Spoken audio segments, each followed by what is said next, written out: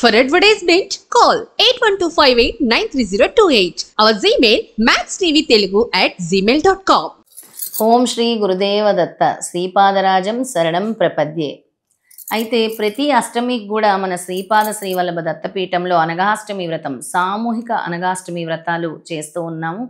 అలాగే అనఘాష్టమి వ్రతం అంటే ఏమిటి, ఎవరు చేసుకోవచ్చు ఈ వ్రతాన్ని, ఈ వ్రతం వల్ల కలిగే లాభాలు, అంటే ఈ వ్రత సంకల్పం వల్ల ఎలాంటి మీ కోరికలు తీరుతాయో కూడా చెప్పబోతున్నాను. అలాగే ఈ వ్రతం చేసుకోవటం వల్ల ఎటువంటి గురుభక్తి మీకు లభిస్తుందో జీవితంలో కూడా ఇప్పుడు తెలియచెప్తాను. ముందుగా అనఘాష్టమి వ్రతం ప్రతి నెల అష్టమికి జరుగుతుంది. ఈ నెల జూలై 28వ తారీఖున మళ్ళీ అనఘాష్టమి వ్రతం, సామూహిక అనఘాష్టమి వ్రతం జరుగుతుంది మన దత్తపీఠంలో. అలాగే ఆగస్టు నెలలో 12వ తారీఖున, అలాగే శ్రీకృష్ణాష్టమి కూడా సామూహిక అనఘాష్టమి వ్రతాలు జరగబోతున్నాయి ఈ పీఠంలో. ముందుగా అనఘాష్టమి వ్రతం ఆచరించవలసిన పద్ధతుల గురించి చెప్తాను మీకు. ఏ వయసులో ఉన్న స్త్రీ పురుషులైనా ఈ వ్రతాన్ని ఆచరించవచ్చు. అలాగే వ్రతం ఆచరించే రోజు తలకు స్నానం చేయాలి. పగలు పూట నిద్రపోరాదు. మధ్యాహ్నం 12 గంటల లోపుగా వ్రతం మొదలు పెట్టుకోవాలి.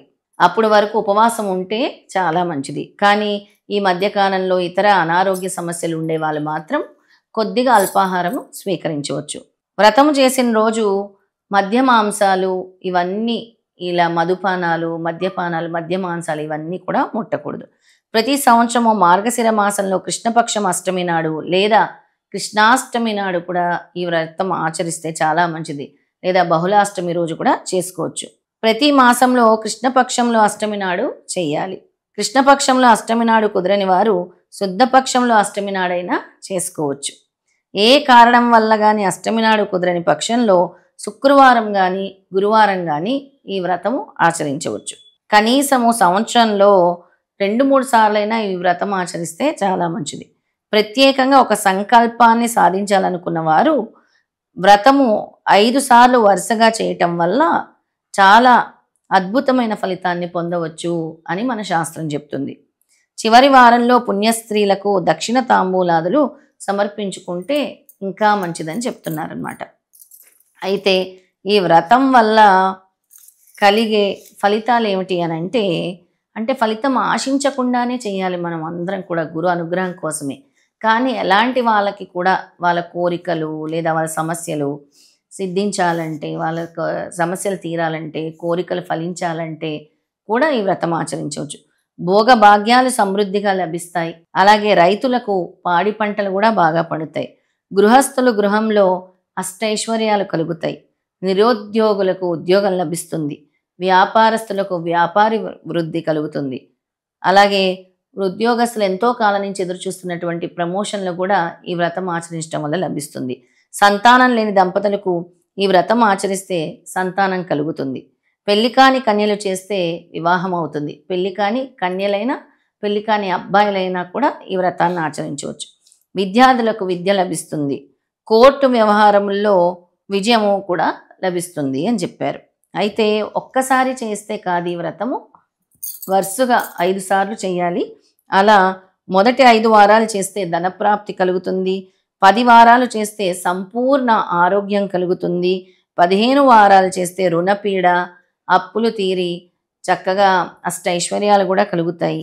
అలాగే 20 వారాలు చేస్తే సంతాన ప్రాప్తి, 25 వారాలు చేస్తే నూతన గృహ ప్రాప్తి కూడా కలుగుతుంది. ఇక అనఘాష్టమి వ్రతం గురించి స్వామి ఏం చెప్పారు అనంటే, కృతాయుగంలో శ్రీ దత్తాత్రేయుడు తన భక్తుడైన కార్త్యవీరాజునికి స్వయంగా ఉపదేశించిన వ్రతమే ఈ అనఘాష్టమి వ్రతము. అలాగే కార్త్యవీరార్జునుడు ఈ అనఘా వ్రతాన్ని ప్రచారంలోకి తీసుకొచ్చారు. అంటే వాళ్ళ రాజ్యంలోని ప్రతి ఒక్కరితో కూడా ఈ అనఘాష్టమి వ్రతం యొక్క సంకల్పాన్ని పెట్టుకొని వాళ్ళందరితో కూడా ఈ వ్రతాన్ని ఆచరింపచేసేవారు. త్రేతాయుగంలో దశరథ మహారాజు శ్రీరామచంద్రుడు కూడా అనఘా వ్రతాన్ని ఆచరింపజేశారు. ద్వాపర యుగంలో శ్రీకృష్ణుడు ధర్మరాజునకు ఉపదేశించింది కూడా ఈ అనఘాష్టమి వ్రతమే. ఈ వ్రతం పురాణ ప్రసిద్ధమైనది కనుక ప్రతి ఒక్కరు కూడా కలియుగంలో ఆచరిస్తే చాలా మంచిది అని కూడా మన శాస్త్రం చెప్తుంది. అయితే ఈ అనఘాష్టమి వ్రతంలో ముఖ్యంగా మనము అనఘా స్వామిని, అనఘా లక్ష్మిని కూడా ఆరాధిస్తూ ఉంటాము. వాటితో పాటు అష్టసిద్ధుల్ని కూడా మనము ఆరాధిస్తూ ఉంటాం.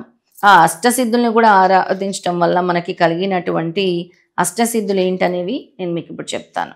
అనిమ, లగిమ, గరిమ, ప్రాప్తి, ప్రాకామ్య, మహిమ, ఇసిత్వ, వసిత్వ, ఈ అష్టసిద్ధులు కూడా స్వామి మనకి ఇస్తారు. ఎందుకంటే అష్టసిద్ధుల్ని పూజిస్తాము, అలాగే అనగా స్వామి అనగా లక్ష్మిని కూడా మనం పూజిస్తాం. అనగా స్వామి అనగా లక్ష్మిని పూజించడం వల్ల మనకి అష్టసిద్ధులు కూడా కలుగుతాయి అని మన శాస్త్రం చెప్తుంది.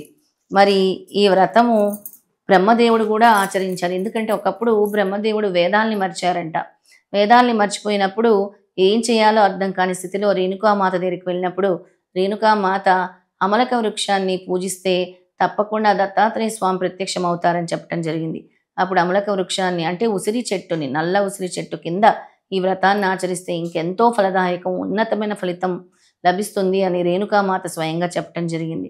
అప్పుడు దత్తాత్రేయ స్వామి ప్రత్యక్షమై బ్రహ్మదేవుడు ఏవైతే వేదాల్ని మర్చారో మళ్ళీ అనగా లక్ష్మీ ద్వారా వాటిని సిద్ధింపజేస్తారు, ఆ వేదాల్ని కూడా. అప్పుడు బ్రహ్మదేవుడు ఎంతో ఆనందంతో తాను ప్రతిష్ఠించినటువంటి అమలక వృక్షం స్థలంలోనే ఆచరిస్తూ ఉంటారనమాట. ఇది అనగాష్టమి వ్రతం విశిష్టత. ప్రతి ఒక్కరు కూడా ఈ సామూహిక అనగాష్టమి వ్రతాల్లో పాల్గొనండి. అలాగే దత్తాత్రేయ స్వామి అనుగ్రహాన్ని కూడా పొందాలి.